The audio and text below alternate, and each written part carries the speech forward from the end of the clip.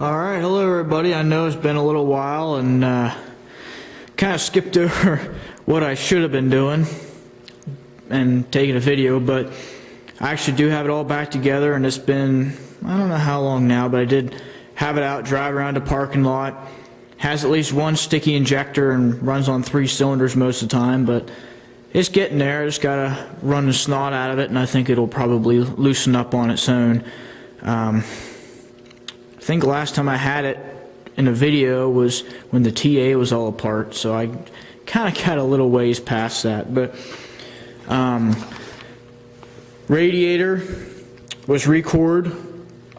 The core was bad. I think I spent close to $400 to $500 getting the radiator re-cored. I could have got a brand new radiator for like $25 more than the cost of getting it re-cored, but the nice thing about getting the radiator redone is because it still has the IH tag on it.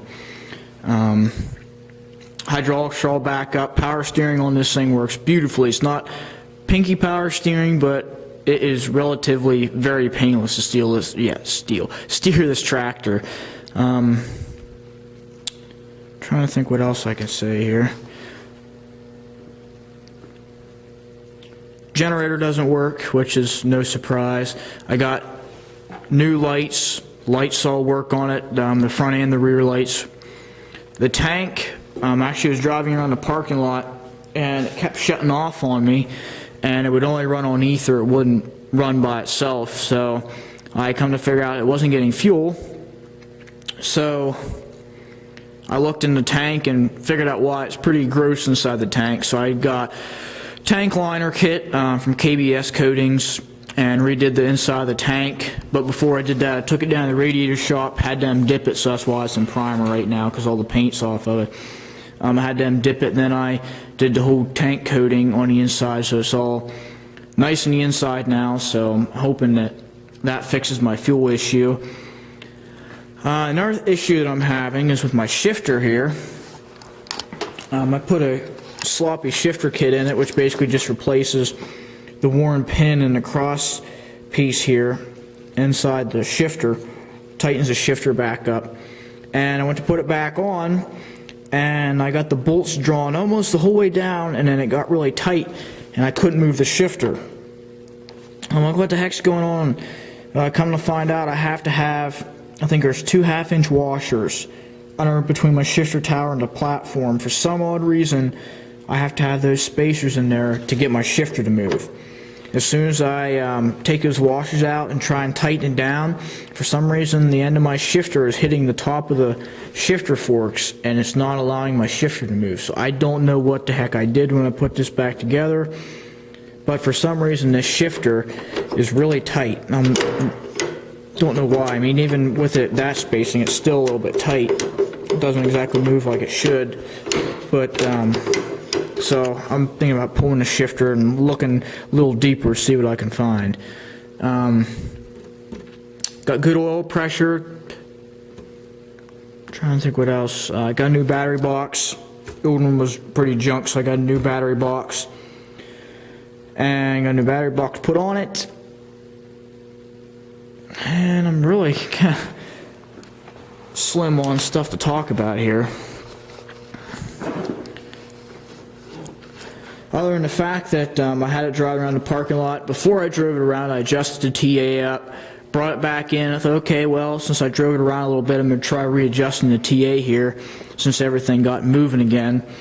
And for some reason, I got all my adjustments set, pulled the TA lever back, went to release it, let it back forward, and this little cross shaft here wouldn't move back forward. You had to hit it with a hammer to get it to move back forward. What the heck's going on here? Something's not right. So I pulled the little plate off the top here so you can look at the clutch, and moved the lever and looked inside, and for some odd reason my throwout bearing fell out of the carrier. So I'm not too happy about that. I don't know where I didn't have it pressed in tight enough or what, but I'm pretty sure I had it so it was bottomed out as far as it would go. So my hope is that I can get that back in the carrier without having to split this again. But the problem is, to work on it, I have to pull this plate, and the bolts for this plate are up underneath the belt pulley, and I have about a 1/4 inch to get these bolts up out, and that isn't going to work. So I'm hoping maybe I can get one of my straps hooked to the top of the hydraulic unit here, get this lifted up, get my belt pulley lifted up just enough that I can get these bolts up and out to clear underneath my belt pulley so I can get this plate off, get that bearing back in there and maybe throw some Loctite on it and put it back together and see what I get. But otherwise I'm looking at splitting it from the engine back again, ripping the whole front end of the TA out and placing that bearing just to put it all back together again. So I'm not too happy about that. And then on my bull pinion for my brake, the snap ring actually was broke right above the bearing, so I couldn't get the pliers in there to get it, so I actually had to cut the old snap ring off. And I have a new one coming from Farmall. It's supposed to be a week. It's supposed to be here about 4 days ago, and I still haven't gotten a phone call yet saying my 2 snap rings are in. So I'm kind of getting impatient on that. Other than that, I mean, yeah, besides the missing cylinder, it ran good. Clutch works good. The TA worked good while it was out there. Power steering works nice. It's a very nice tractor just to work on, right height, right size, compared to working on the 450 now. This thing's a little bit, a little easier to work on. Oh, and another thing, I got my intake heater wired up and went to try it, and for some reason the ceramic around the base cracked, so my intake heater doesn't work. So thanks to Ron, I now have a new idea what I'm going to do.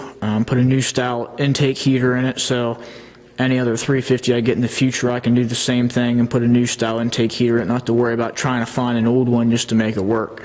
So kind of happy about that. Other than that, I think that's where she is right now. I'm just killing time waiting for those snap rings, and I just finished my last final 8 o'clock tonight, and I'm hoping sometime early next week to work on trying to get that TA stuff straightened out. So that's where she sits as of now. So maybe if I get that TA bearing back in, it'll be out and running again here by the end of next week, but we'll see. Other than that, thanks for watching, and I guess keep posted.